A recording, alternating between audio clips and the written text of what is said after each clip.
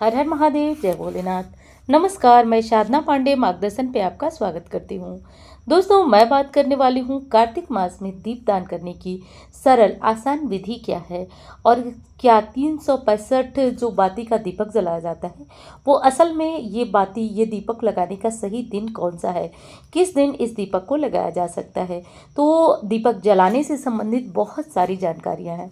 वैसे दोस्तों, एक चीज़ बता दूँ, ये वीडियो मुझे और पहले बनाना चाहिए था, लेकिन इधर व्यस्तता थी और त्योहारों के चलते मैं ये वीडियो आपको दे नहीं पाई कि ये तैयारियां जो है आप पहले से करके रख पाएँ।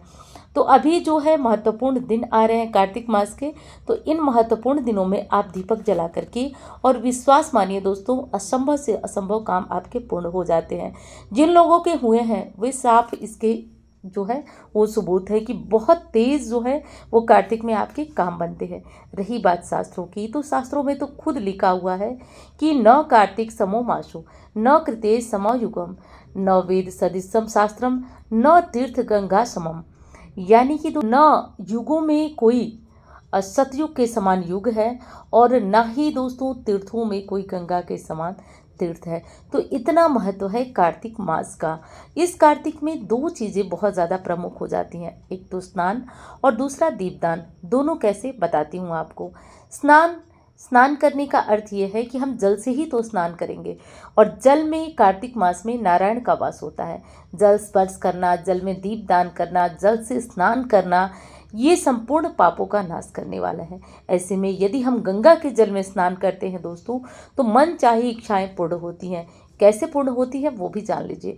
छोटी सी बात लग रही होगी कि हम गंगा के जल में स्नान करें और हमारी कामनाएं पूर्ण हो जाए। बताती हूँ, गंगा हमारे अनजानी जो समस्याएं होती हैं, अनजाने जो पाप होते हैं, उनको धोने का, उनको काटने का काम करती हैं। गंगा, ये ध्यान रखिए कि माता गंगा कभी भी जानबूझकर की गई गलतियां और पापों को नहीं धोती हैं। वे उन पापों, उन गलतियों का नाश करती हैं जो हमसे अनजाने में हो जाती हैं। तो जब ये गलतियों का समन होता है तो हमारे पुण्यों का उदय होता है। इस चीज़ को हमें ध्यान रखना चाहिए।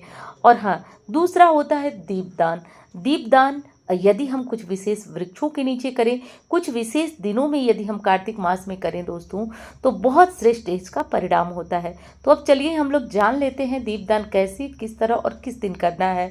लेकिन दोस्तों, वीडियो आपको पसंद आ रही है तो आप एक लाइक ज़रूर करिएगा। आपके लाइक बहुत बड़ी प्रेरणा देते हैं दोस्तों। और चैनल क्षमा करिएगा, चैनल को भी सब्सक्राइब कर लीजिएगा। अब एक और महत्वपूर्ण सूचना आपको दे देती हूँ।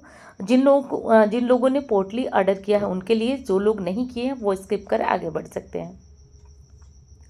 देखिए, सभी लोगों की पोटलियाँ तो नहीं, लेकिन दिनों के अनुसार, जैसे कि 1 तारीख से हमारी बुकिंग हो रही थी, तो 1 से 3 तक की जो है वो लगभग पैकिंग हो चुकी है और आपको 1-2 दिनों में ट्रैकिंग आईडी मिल जाएगी, जिससे जा कर के आप लोग अपना ऑर्डर ट्रैक कर सकते हैं, देख सकते हैं कि वो कहाँ पहुँचा और कब तक आपको मिल जाएगा।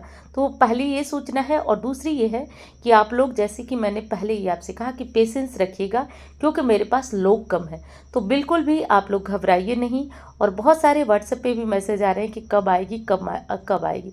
तो विश्वास रखिए, आपसे ज़्यादा परेशान मैं हूँ और मेरा पूरा स्टाफ लगा हुआ है। दिन भर आप ही लोगों का काम हो रहा है। लेकिन आप समझ रहे हैं, एक गलती आप लोग पिछली बार भी किए थे, आप सभी तो नहीं लेकिन ज़्यादातर लोग दोस्तों किए हैं।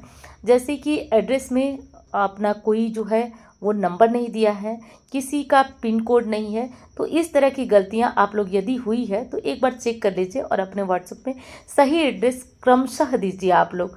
वैसे जो है, जैसे आवश्यकता लग रही है, हमारी टीम द्वारा आपको एक फॉर्म भेजा जा रहा है, उसको आप फिल करिए। बहुत लोग कर भी चुके होंगे। और मेरे कहने का ये मतलब वीडियो के बीच में है कि आप लोग, सबसे बड़ी चीज़ है कि पेशेंस बना के रखिए।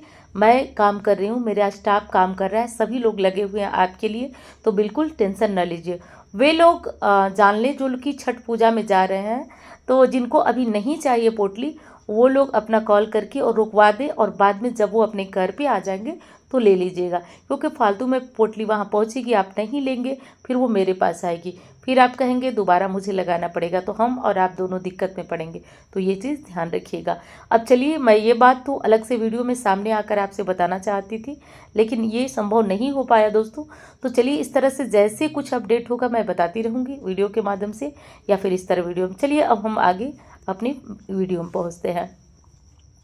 देखिए दोस्तों, कार्तिक मास में जो देव उठानी एकादशी आती है, इस दिन से लेकर और पूर्णिमा का दिन बेहद महत्वपूर्ण होता है दीपदान स्नान के लिए।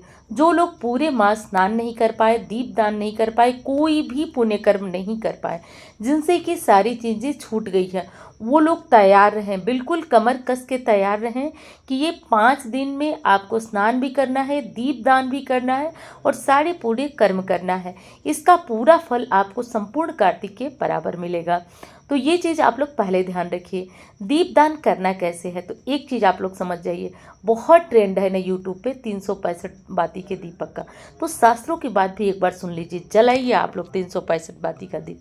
लेकिन ध्यान रहे, उसकी लौ जो 365 बाती का दीपक आप लोग बनाते हैं, बहुत महीन सूत का बनाइएगा, इतना महीन कि उसकी बाती जलने के बाद हाथ के एक बित्ता जो होता है, हाथ से नाप लीजिए, उससे ऊपर लौ नहीं उठनी चाहिए, क्योंकि अगर उससे ऊपर लौ जाती है तो असल में वो दीपक नहीं माना जाता है।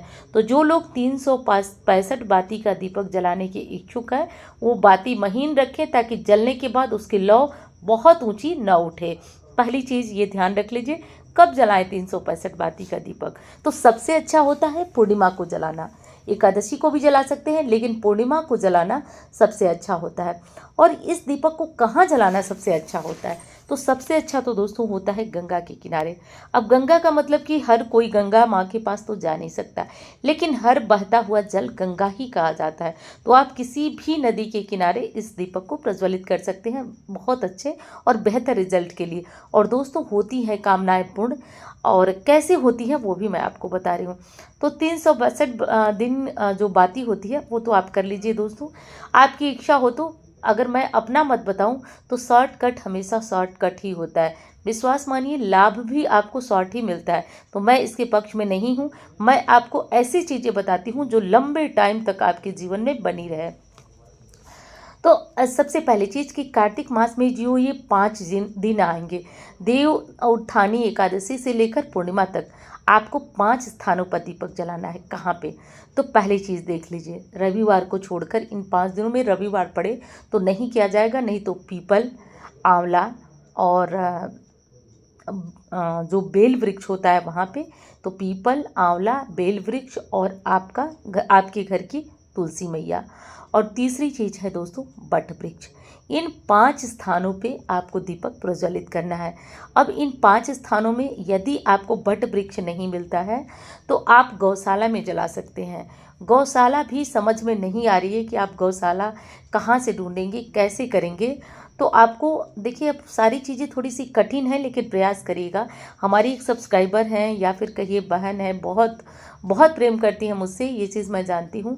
उन्होंने कहा कि आप पिछले साल आंवले के नीचे दीपक जलाने को बोली, तो मैं 3 किलोमीटर दौड़ करके आंवला ढूंढी। और दोस्तों, भगवान भोलेनाथ की कृपा से वो अपने जीवन में बहुत प्रसन्न है।